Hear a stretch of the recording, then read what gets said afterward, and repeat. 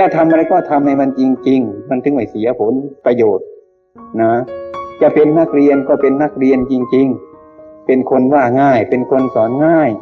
ใครจะอะไรก็ทั้งมันเถอะเอาแต่ความรู้เราเท่านั้นแหละให้มันได้เถอะแน่ครูก็เหมือนกันไม่ต้องทำอะไรอื่นพยายามสอนนักเรียนให้เข้าใจให้ข้ออัดต่างๆเป็นต้นตั้งอกตั้งใจครูก็ตั้งใจสอนนักเรียนก็ตั้งใจฟังเท่านั้นแหละลองสิถ้าไม่ดีแต่ไปทำดูเถอะโรงเรียนนารีนี่ลองสิมันก็ดีเท่านั้นแหละไอ้ความดีนี่เนี่ยมันดีทุกคนมันก็น่าเอาไปพิจารณาวันหนึ่งนะไอ้ความดีทุกคนต้องการความดีทุกคนนักเรียนก็ต้องการความดีความรู้ครูก็ต้องการความดีความรู้นะแต่ความดีนั้นมันเกิดจากความสามัคคีถ้าสามัคคีไม่พร้อมกันเถอะมันก็ดีเท่าใดมันก็ดีไม่ได้เท่านั้นแหละนี่คือธรรมะมันเป็นอย่างนี้อันนี้ในหน้าที่ของแต่ละหน้าที่นะอันนี้นักเรียนก็ต้องพยายามทำพยายามทำเคารพในการเรียนครูก็ต้องเคารพในการระเบียบวินัยของเราทุกๆคนแต่ว่าอีกอย่างหนึ่งนะมีคุณพิเศษอย่างหนึ่งนะครูบางทีพูดแรงไปบ้างเราก็ให้อภัยแก่ครูบ้างเพราะว่าท่านเป็นครูเรานะแต่ว่าครูก็อย่ารุนแรงเกินไปเห็นเราเป็นครูเขาอย่าให้รุนแรงเกินไปนะให้มันพอเหมาะพอสมกันนักเรียนก็เอาอำนาจเสมอกับครูก็ไม่ได้เราเป็นเด็กน้อยนะคารโวจะนิวาโตจะสันตุติจะกตัญญูตาสรุปไปมั่งอย่างคนแก่นะพูดผิดถูกก็ให้ไปเถอะคนแก่อย่างนี้มันก็สบายไปแล้วทำงานหลงหน้าหลงหลังไปเลยก็ให้เถอะคนแก่เรารู้จักอย่างนั้นกำลังของคนแก่เพียงไรแล้วก็รู้จักกำลังของคนแก่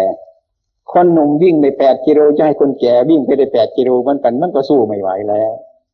นะให้รู้จักกำลังอย่างนี้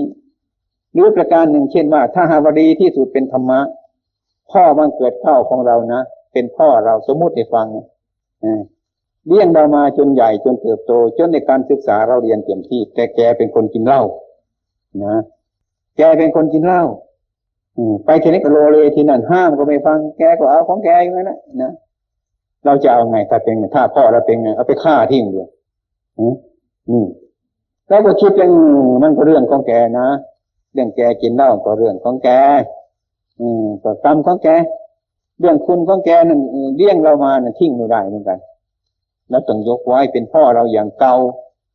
อันนี้เป็นทางดีที่สุดทีนี้เมื่อครูผิดพลาดไปบางครั้งก็ให้อภัยอันนี้ก็เป็นครูเราหวังดีต่อเราอย่างนี้เป็นต้นเราเป็นนักเรียนกับครูก็เหมือนพ่อกับลูกนั่นเองให้อภัยกันได้อย่างนี้มันก็เป็นธรรมะอันนี้ก็เหมือนกันปัญญาที่จะเกิดเช่นนี้ก็เพราะการมีธรรมะการฝึกธรรมะอย่างนี้ให้ผลงานที่จะเกิดขึ้นที่ดีนั้นอันนี้ก็เพื่อรากเหง้าข้าวมูลมันก็คือศีลคือสมาธิมีปัญญาถึงแม้จะเป็นธรรมะเป็นต้นนี่เดียวกับศีลธรรมเรียกว่าศีลธรรมไม่ได้พูดถึงว่าให้ละอะไรทั้งหมดละแต่สิ่งที่มันไม่ดีถ้าหากว่าผลที่สุดในทางพุทธศาสนาดีชั่วแต่ในละหมดเราไม่ถึงขั้นนั้นเราถึงขั้นทำจิตใจของเราให้เยือกเย็นให้เป็นกุศลให้มีความเมตตาสงสารให้อภัยกันได้เป็นบางครั้งบางคราวเท่านั้นเรียกว่าศีลธรรมให้มันถูกต้องหรือเป็นผู้ว่าง่ายเป็นผู้สอนง่ายได้สำนึกในตัวบ่อยๆถ้าหากว่ามันไม่ค่อยสบายก็มานั่งสมาธิเสียกราบพระไปนั่งสมาธิกำหนดลงไปครูก็ตามนักเรียนก็ตามแล้วจึงไปเรียนไปสอนนักเรียนหรือจะเป็นโรงเรียนทุกวันนั่นถ้ามากราบพระไปก็ให้กราบพระตอนกลางคืนมาก็ให้เวลานั่งสมาธิสักพักหนึ่งให้มันพยายามติดต่อกันเมื่อเราเดินไปเดินมาก็ให้มีสติสตังไว้อะไรมันผิดพูดผิดไหมพูดอย่างนี้ถูกไหมผิดไหมเป็นเรื่องคนอื่นรังเกียจไหมอะไรไหมต้องมีสติสัมปชัญญะควบคุมตัวอยู่เสมอนั้นดังนั้นจึงเป็นจิตที่มีผู้รู้ตามเห็นเป็นผู้ภาวนาอย่างนั้นมันถึงดีได้ต้องให้รู้สึกตัวอยู่ทุกอย่างอย่าไปเข้าใจอย่างอื่นนะถ้าเรามีธรรมะจริงๆแล้วมันไปไม่ได้หรอกมันทำชั่วไม่ได้สถานที่ทำชั่วไม่มีสถานที่ทำผิดไม่มีเรื่องธรรมะนะ เราจะทำชั่วอยู่ที่ไหนคนทุกๆคนมันชอบเห็นอย่างนี้นะเป็นหลบๆทำซะบางทีมันคิดสิ่งที่ไม่ดีขึ้นมากลัวพ่อจะเห็นกลัวแม่จะเห็นกลัวครูจะเห็นกลัวนักเรียนจะเห็นอะไรเนี้ยไปแอบทำซะข้างๆที่คนมาเห็นนั่นนะแอบทำอยู่คนเดียวไม่รู้ว่าทำอะไรทำผิดๆเนี่ยกลัวคนจะเห็นกลัวครูจะเห็นกลัวนักเรียนจะเห็นกลัวพ่อแม่จะเห็นกลัวคนอื่นจะเห็นหากว่าจะทำความชั่วอย่างไรอย่างคิดอย่างนี้ก็นี้ไปหาสถานที่ไม่มีใครเห็นเราก็ทำแล้วก็นึกว่าไม่มีใครเห็นเราก็ดีใจเนี่ยนี่คือคนโง่เป็นอย่างนั้นทำไมคนจะไม่เห็นแล้วใครเป็นคนทำที่ทำไม่ใช่คนหรือเราไม่ใช่คนเหรอนี่มันดูถูกตัวเราเกินไปไปหาที่ไหนคนไม่เห็นถ้าเราทำหลบไปทำคนเดียวไม่ให้ครูเห็นได้ไหมไม่ให้คนเห็นได้ไหมจะอยู่ในดินฟ้าอากาศที่ไหนก็ตามเถอะที่รับมันไม่มีแล้วนี่ถ้าเราเป็นธรรมะฉะนั้นคนรู้จักธรรมะแล้วจึงไม่กล้าทำความชั่วในที่รับและที่แจ้งต่อหน้าหลับหลังไม่เคยทั้งนั้นแหละที่ไหนมันรู้ทั้งนั้นเนี่ยนี่มันเป็นอย่างนี้ธรรมะมาจริงนี่คือทำความผิดไม่ได้อันนี้ก็เหมือนกันฉันนั้นที่นี่พวกเราทั้งหลายนั้นทุกๆคนนะซึ่งเป็นนักเรียนนะให้เข้าใจว่าในเวลานี้เราเป็นลูกคนถึงแม้ว่าเราจะมีความรู้สักขนาดไหนก็ช่างเถอะแต่ว่าความฉลาดยังไม่พอความฉลาดไม่พออย่างวันนั้นก็ไปในวังเจ้าฝ่าชายเข้ามาเฝ้าท่านเรียนว่าจะทำยังไงลูกชายมันใจร้อนคนอายุขนาดนั้นมีความรู้ก็จริงแต่ความฉลาดไม่พออาตมาก็ตอบว่าจริงความรู้มากแต่ความฉลาดไม่พอเพราะว่าอายุวัยเรายังไม่ครอบที่สูงแล้วมันก็เป็นอย่างนี้ทุกคนแต่ก็ให้ทำเพียรไปให้นั่งสมาธิไปให้อาศัยธรรมะเรื่อยๆไปถ้าหน้าร้อนลูกชายในใจร้อนมากจะทำยังไงดีแอบยิงธรรมะเรื่อยไปอย่าตามใจเจ้าของเกินไปให้ระมัดระวังตัวแต่ว่าอายุมันครอบเป็นมาสูงแล้วมันค่อยเป็นไปความฉลาดมันเกิดมีมาเองมันอย่างพวกเราก็เหมือนกันนั่นแหละเด็กๆเนี่ยอายุรุ่นนี้รู้อะไรก็จังมันเถอะแต่มันไม่ฉลาดที่จะต้องทำนั้นมันก็ยังมีอยู่นั่นเองมันขาดอุปกรณ์หลายๆอย่างบัดนี้เราเป็นลูกคนเราก็ไม่รู้ว่าพ่อแม่เราเป็นยังไงพ่อคนแม่คนเป็นยังไงเดี๋ยวนี้เราเป็นเด็กว่าผู้ใหญ่เป็นยังไงอย่างแท้จริงเราไม่รู้จักบัดนี้เราเป็นนักเรียนนะเราเป็นผู้เรียนหนังสือว่าหน้าที่ของครูอย่างแท้จริงนั้นคืออะไรเรายังไม่รู้นะทุกคนยังไม่รู้เพราะว่าเรายังไม่เคยเป็นครูเรายังไม่เคยเป็นพ่อแม่คนพ่อแม่คนเราก็ไม่รู้จักตามเป็นจริงเพราะเราเป็นลูกคนอยู่เรายังไม่เคยเป็นครูเรารู้จักครูแต่ไม่รู้ถึงครูมันเป็นซะอย่างนี้เหมือนกันกับเราเห็นคนแก่ไม่รู้จักคนแก่นะเห็นคนแก่ไม่รู้จักคนแก่เห็นแต่คนอื่นเขาแก่เราจะแก่อะไรก็ไม่รู้เรื่องนู่นเมื่อโน้นมาฟันมันโยกนะคนแก่เป็นอย่างนี้นะเนี่ยเมื่อหลังงอมก็คนแก่เป็นอย่างนี้เมื่อเราเป็นหนุ่มอยู่ไม่รู้จักคนแก่รู้แต่ว่าไม่รู้เห็นคนแก่ไม่รู้คนแก่ถ้าเราเป็นคนแก่รู้ละทีตาก็ไม่สว่างแล้วหูก็ไม่ได้ยินแล้วหลังก็ง่อมไปแล้วนะรู้แล้วคนแก่เป็นอย่างนี้ไอ้คนหนุ่มนั้นไม่รู้จักแต่คนแก่บรรยายถึงเรื่องคนหนุ่มนั้นรู้จักเพราะมันผ่านมาแล้วอย่างนี้ทุกอย่างไอ้ความฉลาดที่มันมีอยู่ในใจของเราทุกวันนี้ไม่พอฉะนั้นบัดนี้เราเป็นเด็กนักเรียนต่อไปเราจะได้เป็นผู้ใหญ่หรือเป็นครูเป็นคนสอนคนเราจะต้องพยายามสอนตัวเราเก็บทุกสิ่งทุกอย่างแต่เราเป็นนักเรียนขึ้นไปเป็นจนตลอดเป็นครูให้รู้จักวิสัยเราเป็นเด็กยังไงเป็นนักเรียนเนี่ยความรู้ทั้งนั้นแหละขึ้นไปเนี่ยวิธีการเรียนการสอนคนเราสอนคนทำไมคนไม่เชื่อเราพูดกับนักเรียนก็ไม่เคารพไม่เคยเชื่อเราว่ายังมีเหตุอยู่ว่ามันมีอะไรไหมมันจะต้องมีอะไรอยู่ ไอ้ครูไอ้นักเรียนไม่เคารพเราพูดไม่ค่อยฟังเรานี่เรามันมีอะไรอยู่มันมีอะไรอยู่ในตัวของเรานั้นที่ยังไม่พร้อมเราควรแก้อันนั้นเสียนักเรียนการดีเรายังไม่ดีอยู่สอบไม่เคยได้ดีความรู้ไม่ดีมันเพราะอะไรไม่ใช่ว่าบุญวาสนาบารมีของเราอะไรหรือการกระทำเราเป็นยังไงการเรียนเราเป็นยังไงการขยันเราเป็นยังไงการเคารพในการศึกษาเราเรียนเราเป็นยังไงอย่างนี้ดีกว่าไม่ต้องไปหาผูกดวงเนี่ยมันติดอะไรอยู่เนี่ยมันเป็นซะอย่างนี้ซะมันเป็นอย่างนี้ถ้าเราฝึกฝนเช่นนี้แล้วนะไอ้ความรู้อันนี้นะมันจะกลมเกลียวกับธรรมะอันนี้เป็นธรรมชาติที่ดีมากต่อไปเราจะเป็นค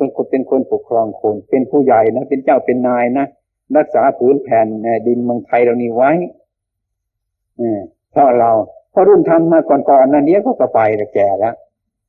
นะถ้าเราทำไม่ดีกับพาลูกหลานของเราวอดวายแล้วไม่เหลือแล้วนี่เราต้องเรียนทางธรรมะธรรมะนั้นน่ะเหมือนเกลือไอ้ความรู้ของพวกเราทั้งหลายนั่นเหมือนกับเนื้อหรือปลามีปลาเนื้อมันอร่อยอยู่ในจะเก็บไว้ไม่ได้เพราะอะไรมันเน่านี่จะต้องมีเกลือใส่เข้าไปแต่เก็บไว้นานก็ได้ความรู้เรามีอยู่ธรรมะไม่มีความรู้เรามีอยู่ความดีไม่มีเรียนรู้ก็ดีความรู้ก็ดีพูดก็ดีอธิบายก็ดีแต่ทำไม่ดีมีประโยชน์ไหมนี่ให้เราคิดอย่างนี้ถ้าเราคิดส่วนตัวของเราแล้วก็คิดถึงครอบครัวบ้านเมืองของเราคิดถึงผืนแผ่นดินของเราคุณบุตรคุณธิดาทั้งเราทั้งหลายนั้นนะในชาติศาสนาพระมหากษัตริย์นั้นอย่าไปว่าคนนั้นยังไม่ทำคนนี้ยังไม่ทำคนนั้นยังไม่เอาคนนี้ยังอย่าไปพูดอย่างนั้นพูดอย่างนั้นมันหมดไปไอ้ความชั่วทั้งหลายเห็นง่ายไอ้ความดีมันเห็นได้ยากก็ต้องพยายามอดทนฝึกฝนอย่างเราเรียนวิชาความรู้นี่ก็เหมือนกันฉันนั้นแต่มารู้เดี๋ยวก็ให้มันดีรู้ไม่ดีเดี๋ยวมันก็ไม่เกิดประโยชน์อะไรแต่เหมือนกับเรามีกำลังนะเอาไปรบราฆ่าฟันกันอย่างอื่นมันก็ไม่ดีเลย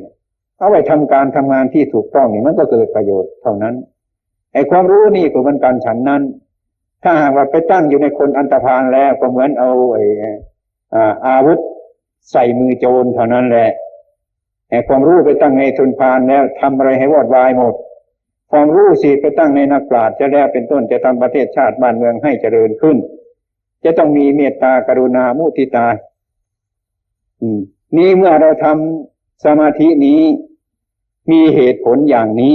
ปัญญามันจะเกิดอย่างนี้มันจะออกความคิดอย่างนี้มันจะละความโลภโกรธหลงลงไปทีละน้อยความเมตตาอารีเกิดขึ้นมามีความสามัคคีพร้อมเพรียงกัน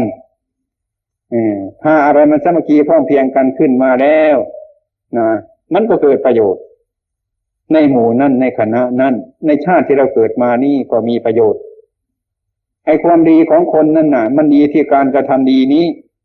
ไม่มีอะไรจะไปที่ไหนหรอกหอบไปไม่ได้หรอกลาภก็ดียศก็ดีสรรเสริญก็ดีเคหสถานบ้านช่องก็ดีนะไอ้ความดีนี่เดี๋ยวมันช่วยเราทำความดีมาแต่เมื่อวานนี้ก็ดีเถอะมาดีมาถึงวันนี้เราก็ทำความดีต่อไปถึงพรุ่งนี้ปีนี้เราทำความดีอยู่เป็นต้นมันก็เจือจูนไปถึงพรุ่งปีหน้าต่อไปเรื่อยๆไปชาตินี้มีอยู่ก็ชาติหน้าก็ฉันนั่นเหมือนกันไม่มีอย่างอื่นนอกจากทำใจของเรานี่ให้สงบระงับอดทนเมื่อถูกอารมณ์มาวุ่นวายมานิดๆหน่อยๆก็อดทนเอานะไอ้ความโกรธก็ดีมันไม่โกรธอยู่ก็ตั้งปีก็ตั้งชาติแล้วมันโกรธปริยับปราวต้องไปหิวข้าวไปกินข้าวก็หายแล้วอันนี้ก็เหมือนกันฉันนั้นอย่าทำตามอารมณ์ของเจ้าของให้มองดูกันหน้ากันหลังจะเป็นครูก็ดีจะเป็นนักเรียนก็ดีโรงเรียนที่เราอยู่นั่นจะสามัคคีกันจะเจริญปัญญามันจะเกิดขึ้นมานี่การรักษาศีลนี้มันมีดีอย่างนี้เรียกว่าศีลธรรมการทำสมาธินี่มีจิตสงบเมื่อจิตสงบแล้วมันก็เห็นชัดเมื่อเห็นชัดแล้วปัญญามันก็เกิดปัญญาเกิดแล้วก็เห็นสิ่งที่ผิดที่ถูกเมื่อเห็นสิ่งที่ผิดที่ถูกแล้วมันก็ละสิ่งที่มันผิดมันก็ประพฤติสิ่งที่มันถูกเท่านั้นเมื่อมันถูกแล้วมันก็ดีมันก็ชอบเท่านั้นตรงนั้นคือผลที่เกิดขึ้นมา วันนี้พวกนักเรียนและครูทั้งหลายนั้นมาอบรมศีลอบรมสมาธิอบรมปัญญาแต่ว่าถ้าหากว่าใครจะเป็นครูหรือเป็นนักเรียนก็จริงถ้าใครจะมีส่วนตัวมาเป็นเวลาพักร้อนหรือเวลาอะไรต่างๆนั้นจะมาขออาศัยอยู่วัดหนองประพงก็ได้มาทำกรรมฐานกับเขาสักอาทิตย์1 2อาทิตย์3 วัน 4 วันก็ได้ให้โอกาสทีนี้แต่ความวุ่นวายของพวกเรามันมากขึ้นมาต้องมาสร้างกำลังจิตอาตมาไปยุโรปเขาก็มาฝึกกันอย่างนี้มันวุ่นวายมากบ้านนั้นจนมันไม่อยากเอาบ้านเอาช่องเอาเงินเอาทองซะแล้วมันวุ่นวายเหนื่อยพอไปตั้งกรรมฐานคนหนึ่งมากเต็มมันมานั่งแต่เขานั่งทนกว่าคนไทยแล้วนะคนไทยเรานั่งไปถึง30 นาทีเอือแล้วอยู่ทางในไปฝึกฝรั่งครั้งแรก30 นาทีนะต่อไปอีกไม่ถึงอาทิตย์เลยเอาให้มันชั่วโมงนะในชั่วโมงหนึ่งต่อไปอีกขออีกชั่วโมง30 นาทีมันนั่งกันดีนะเขาไม่รู้จักอะไรนะไม่รู้จักอะไรเขารู้จักแต่ว่าจิตเขามันวุ่นวายเท่านั้นไม่รู้จักสิ่งที่ระงับสงบมันแล้วไปถึงที่โอ้โหพวกนี้มากเหลือเกินพวกนี้มากพวกนักเรียนพวกครูพวกนางพยาบาลเนี่ยเบื่อแล้วคนนี้เบื่อแล้วหาทำความสงบทางจิตใจแล้วไปตั้งเป็นกลุ่มเมื่อไปเอามาตั้งแต่เขาทำดีนะเขามาทุกวัน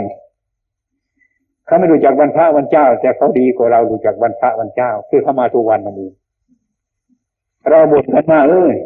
ไอ้มึงนี่ไม่รู้จักวันพระวันเจ้ามันเป็นเปรตเป็นผีซะแล้วเราคือนึกว่าเราดีเต็มที่แล้ว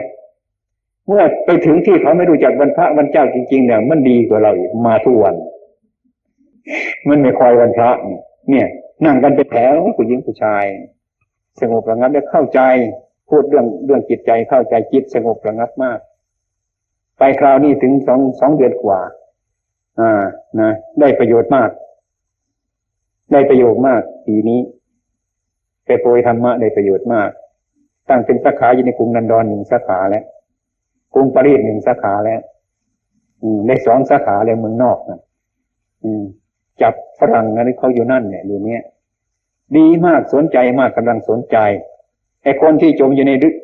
ในโคลนมันไปจมจริงๆไม่รู้เรื่องไปเห็นพระไม่รู้จักว่าเป็นผู้หญิงผู้ชายเห็นพระมันมองมันมองจะพูนนั่นไปจะไปห้องสุขาเนี่ยจะไปห้องสุขาผู้ชายก็ไม่ให้มันไล่ไปห้องสุขาผู้หญิงเห็นไหมมันไม่รู้จักเลยนะมันรู้จักอันนี้สถานคนที่ไม่รู้จักก็ไม่รู้จักจริงๆไม่รู้จักเลย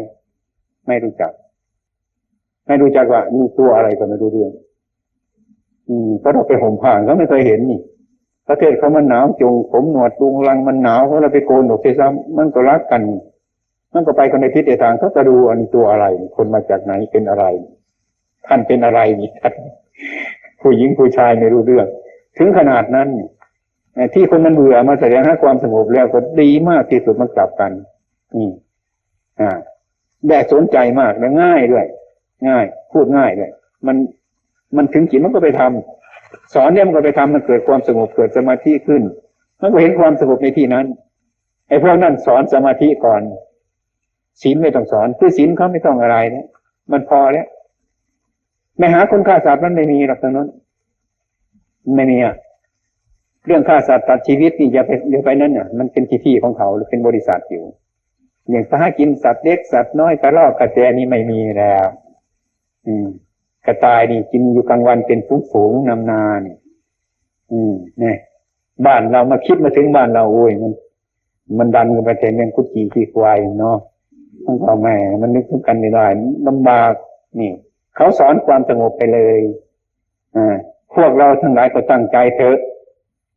ตั้งใจสร้างเนื้อสร้างตัวขึ้นในพุทธศาสนานี่มีประโยชน์มากโรงเรียนเราจะสบายครูจะสบายใจนักเรียนสบายใจคือว่ามันปล่อยมันวางให้กันมันให้อภัยกันมันมีเหตุผลในธรรมะไม่ใช่มีเหตุผลในทางโลกมีเหตุผลในทางโลกนี่มันไม่จบหลักมันไม่จบเหตุผลในทางธรรมนี่มันจบเช่นอาตมากล่าวให้ฟังว่าการทำความชั่วความดีนี่ทำแล้วไม่เสียหาย ทำแล้วต้องเห็นต้องเป็นแต่ทำที่ไม่มีคนเห็นไม่มีถ้าเราทำดีตรงไหนก็เลยดีตรงนั้นน่ะคนไม่เห็นน่ะก็ดีอยู่คนไม่เห็นน่ะเราก็เห็นเราก็เป็นคนเราทำดีอยู่เราเห็นอยู่นี่อาศัยความดีอย่างนี้เราทำความชั่วก็เหมือนกันมีคนเห็นอยู่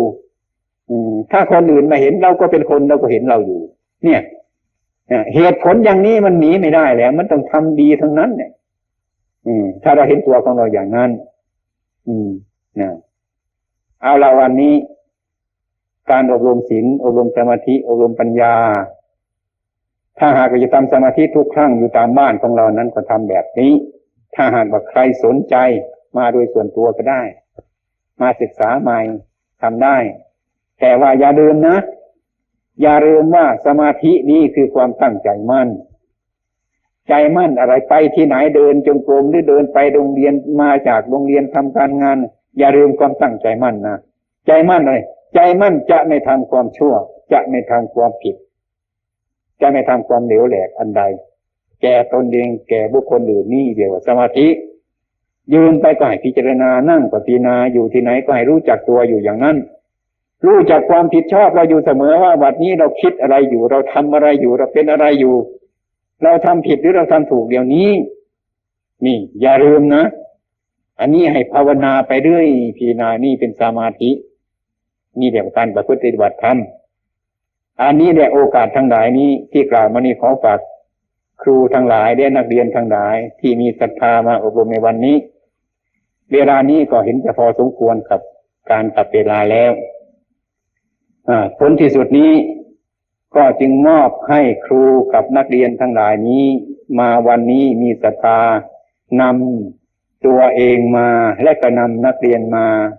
เพื่ออบรมบ่มนิสัยเพื่อฝึกฝนการฝึกฝนอบรมบ่มนิสัยนี้ไม่ใช่แต่ว่าพระพุทธเจ้าของเรานะท่านทำให้เรานะไม่ว่าจะครูนะหรืออาตมานะ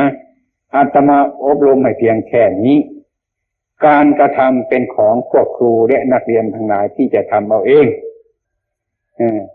ถ้าหากอาตมาอบรมแล้วก็อบรมตัวของเราต่อไปนักเรียนทุกคนก็ฉันนั่นเหมือนกันขอฝากธรรมะอันนี้ขอฝากการกระทำอันนี้ขอฝากข้อประพฤติอันนี้ปฏิบัติอันนี้เมื่อฟังธรรมแล้วจะต้องมีธรรมะติดไปให้มันเกิดประโยชน์ท่านอบรมเราแล้วเรารับรู้แล้วเราก็มาอบรมเราต่อไปนี่เป็นวิสัยของพระพุทธเจ้ากับสาวกพระพุทธเจ้าก็สอนให้ท่านนั้นนะท่านจงทำอย่างนี้ท่านจงทำอย่างนี้เท่านี้เองรู้เอาเองเห็นเอาเองรู้จักเอาเองเป็นอย่างนี้ถ้าว่าอาศัยแต่พระพุทธเจ้าบอกเท่านั้นไม่ทำตามมันก็ไม่ได้เท่านั้นเนี่ยวันนี้ก็เหมือนกันฉันนั้นอันนี้เอาไปเป็นอนุสรณ์ไว้ในใจของเจ้าของยืนอยู่ที่ไหนว่าระลึกอย่างไรเดี๋ยวนี้นั่งอยู่เราทำอะไรอย่างไรอย่างนี้ที่เราทำเรานี้เราพูดอยู่เดี๋ยวนี้มันผิดหรือถูกไหมชอบไหมหรือไม่ชอบไหมต้องรู้จักเจ้าของต้องสอนเจ้าของอยู่อย่างนั้นนี้ท่านเรียกว่าเป็นคนมีเจ้าของเป็นคนมีที่พึ่งมีพระพุทธเป็นที่พึ่งมีพระธรรมเป็นที่พึ่งมีพระสงฆ์เป็นที่พึ่งถ้าคนไม่มีสติสัมปชัญญะตรวจตารู้อยู่อย่างนี้แต่เนี่ยคนไม่มีเจ้าของคนหมดเจ้าของเห็นไหมคนเป็นโรคประสาทอยู่ตามตลาดเห็นไหมนั่นคือคนไม่มีเจ้าของนั่นไปพบกระป๋องมันหอบเอาไปพบผ้าขาดมันก็หอบเอามันยิ้มไปตลอดเวลาของมันเพลินอยู่มันสนุกสนานกับคนอยู่ในเมืองอุบลนั่นคือคนไม่มีเจ้าของให้เป็นคนมีเจ้าของถ้าพูดคำหยาบเพราะว่าคนเป็นบ้านี่เสียสตินี้การไม่มีสติการไม่รู้จักเจ้าของมันเสียอย่างนั้นอย่าให้เป็นอย่างนั้นแต่จงระลึกได้ว่าวันนี้เราไม่อบรมวัดหนองประพงแล้วให้มีอะไรติดตีนติดมือไปจิตใจไปประพฤติปฏิบัติอันนี้แหละโอกาสเวลาก็พอสมควรด้วยอำนาจของพระศรีรัตนตรัยคือพระพุทธหนึ่งพระธรรมหนึ่งพระสงฆ์หนึ่งจงปกปักรักษาของพวกท่านทั้งหลายผู้มาอบรมวันนี้นำธรรมะไปประพฤติปฏิบัติดีปฏิบัติชอบให้เกิดกำลังกายกำลังวาจากำลังปัญญาให้เป็นผู้ถึงความสงบระงับ ด้วยข้อวัดปฏิบัติอันถูกต้องขององค์สมเด็จพระสัมมาสัมพุทธเจ้าผลที่สุดนี้ขอพวกท่านทั้งหลายทั้งครูด้วยทั้งนักเรียนด้วยทั้งหมดนี้จงเป็นผู้มีความสุขความเจริญงอกงามในหน้าที่การงานของตนทุกๆคนเถิด